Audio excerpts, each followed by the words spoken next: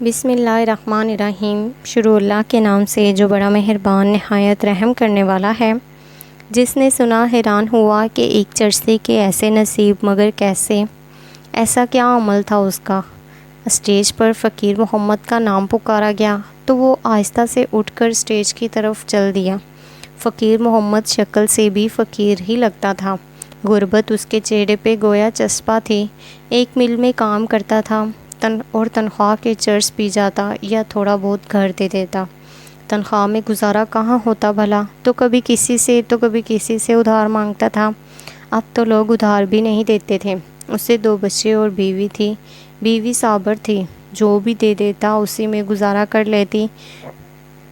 وہ اسٹیج کی طرف چلا تو لوگوں میں چہم گوئیاں شروع ہو گئیں۔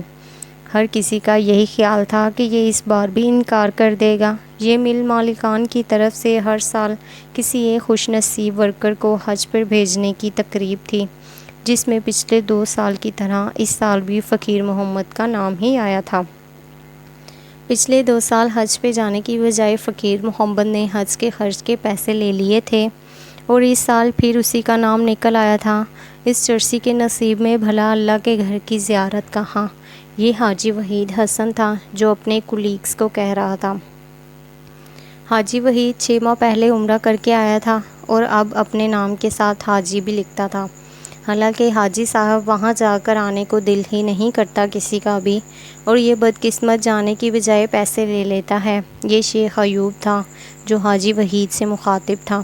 یہ بھی عمرہ کر چکا تھا اور شاید جتانا چاہ رہا تھا کہ میں بھی حاجی ہوں۔ فقیر محمد اسٹیج پہ پہنچ چکا تھا۔ مل مالک شیخ عمر نے اسے مبارکباد دی اور کہا، بھائی فقیر محمد تیاری کر لو۔ فقیر محمد نے ایک نظر اپنے کولیگز پر ڈالی اور آہستہ سے بولا، میں حج پر نہیں جاؤں گا، مجھے پیسے دے دیں۔ وہاں موجود تمام لوگوں کو شاید اسی جواب کی توقع تھی۔ کسی کے چہرے پر بھی حیرانگی نہیں تھی۔ شیخ عمر ذرا سا مسکرائے اور بولے، اس دفعہ تو ہر صورت تمہیں حج پہ جانا ہی ہوگا۔ فقیر محمد، جناب میں کیا کروں گا حج پہ جا کے، آپ مجھے پیسے دے دیں۔ فقیر محمد نے دھیمی سی آواز میں کہا، نہیں فقیر محمد، اس بار تمہیں حج پہ جانا ہی ہوگا۔ شیخ عمر بھی گویا اسے بھیجنے کا تہیہ کر چکے تھے، مگر فقیر محمد کا ایک ہی جواب تھا، جناب میں کیا کروں گا جا کر، میں گناہ گار آدمی ہوں، چرسی ہوں، میرا کیا کام وہاں، اور ویسے بھی صاحب جی مجھے پیسوں کی ضرورت ہے۔ ٹھیک، اگر تم حج پر جاؤ تو پورے سال کی تنخواہ بونس کے طور پر دوں گا۔ شیخ عمر نے آفر کی تو فقیر محمد کی آنکھوں میں چمک سی آ گئی۔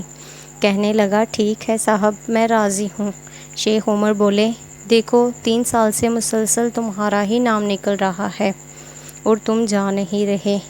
اللہ پاک ہر صورت تمہیں بلانا چاہ رہا ہے۔ روانگی کا دن آ گیا۔ سال کی تنخواہ فقیر محمد لے چکا تھا۔ گھر والوں اور جو 1-2 جاننے والے تھے ان سے مل کر فقیر محمد حج پہ روانہ ہو گیا۔ حج کیا، روزہ رسول صلی اللہ علیہ وسلم پہ حاضری دی۔ حج مکمل کر کے 2 دن بعد فقیر محمد کی واپسی تھی، مگر آنے سے 1 دن پہلے ہی مکہ مکرمہ میں اس کا انتقال ہو گیا۔ اس کے گھر اطلاع دی گئی اور اس کی بیوی سے اجازت لے کر اس کو دنیا کے دوسرے بہترین قبرستان جنت المعلیٰ مکہ میں دفن کیا گیا۔ جس نے سنا حیران ہوا کہ ایک چرسی کے ایسے نصیب مگر کیسے، ایسا کیا عمل تھا اس کا۔ کچھ دن بعد مل مالک شیخ عمر فقیر محمد کی بیوی کے پاس تعزیت کے لیے گئے تو اس کی بیوی سے پوچھا، بہن ایسا کون سا عمل تھا اس کا کہ 3 سال سے مسلسل اسی کا نام نکلا، تو دفن بھی وہیں ہوا۔ اس کی بیوی نے کہا، صاحب جی میں تو اور کچھ نہیں جانتی، مگر ایک عمل اس کا جانتی ہوں، شاید اسی کے سبب یہ رتبہ ملا ہو۔ اسے کہنے لگی، ہمارے محلے میں ایک جوان بیوہ ہے، اس کی 3 چھوٹی بچیاں ہیں۔ جب اس کا خاوند فوت ہوا تھا تو وہ بیچاری لوگوں کے گھروں میں کام کرنے لگی۔ وہ عزت دار خاتون تھی اور یہ بھیڑیوں کا معاشرہ ہر جگہ اسے لوگوں کی ہوس کی وجہ سے کام چھوڑنا پڑا۔ اس نے بھوک قبول کر لی مگر عزت کا سودا نہیں کیا۔ میرے خاوند کو پتہ چلا تو اس نے اس بیوہ عورت کو اپنی بہن بنا لیا اور اس کے گھر کا سارا خرچ دینے لگا۔ میرے شوہر کی تنخواہ میں 2 گھروں کا گزارا مشکل تھا اور وہ نشہ بھی کرتا تھا۔ وہ ادھار لے کر جیسے بھی کسی سے لوٹ کسوٹ کر اس کو خرچہ ضرور دیتا تھا۔ 2 بار حج پہ نہ جانے کی وجہ بھی یہی تھی کہ پیچھے اس بیوہ عورت اور اس کی بچیوں کا خیال کون رکھتا۔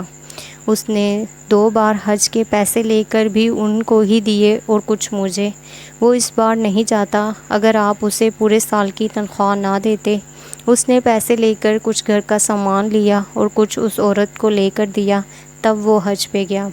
شیخ عمر کا دل چاہ رہا تھا کہ فقیر محمد اس کے سامنے ہوتا تو وہ اس کے ہاتھ چومتا۔ وہاں سے وہ اس بیوہ عورت کے گھر گیا۔ اس نے بتایا کہ لوگوں کی نظروں میں چرسی شرابی میرے اور میری بچیوں کے لیے فرشتہ تھا۔ کہنے لگی، وہ کہتا تھا، بہن میرے لیے دعا کر دیا کرو بس، اور میں اس کے لیے ایک ہی دعا کرتی تھی، یا اللہ میرے اس بھائی کو ایمان پہ موت دینا۔ یتیموں کے سر پہ ہاتھ رکھنے سے جتنے بال ہاتھ کے نیچے آتے ہیں اتنے گناہ معاف ہوتے ہیں، اتنی نیکیاں لکھی جاتی ہیں، اتنے ہی درجات بلند ہوتے ہیں۔ کسی کی ظاہری حالت سے اس کے اعمال کو مت جانچا کرو۔ ایسی ہی اچھی کہانیوں کے لیے سبسکرائب کریں اور کمنٹ میں اپنی قیمتی رائے سے آگاہ کریں۔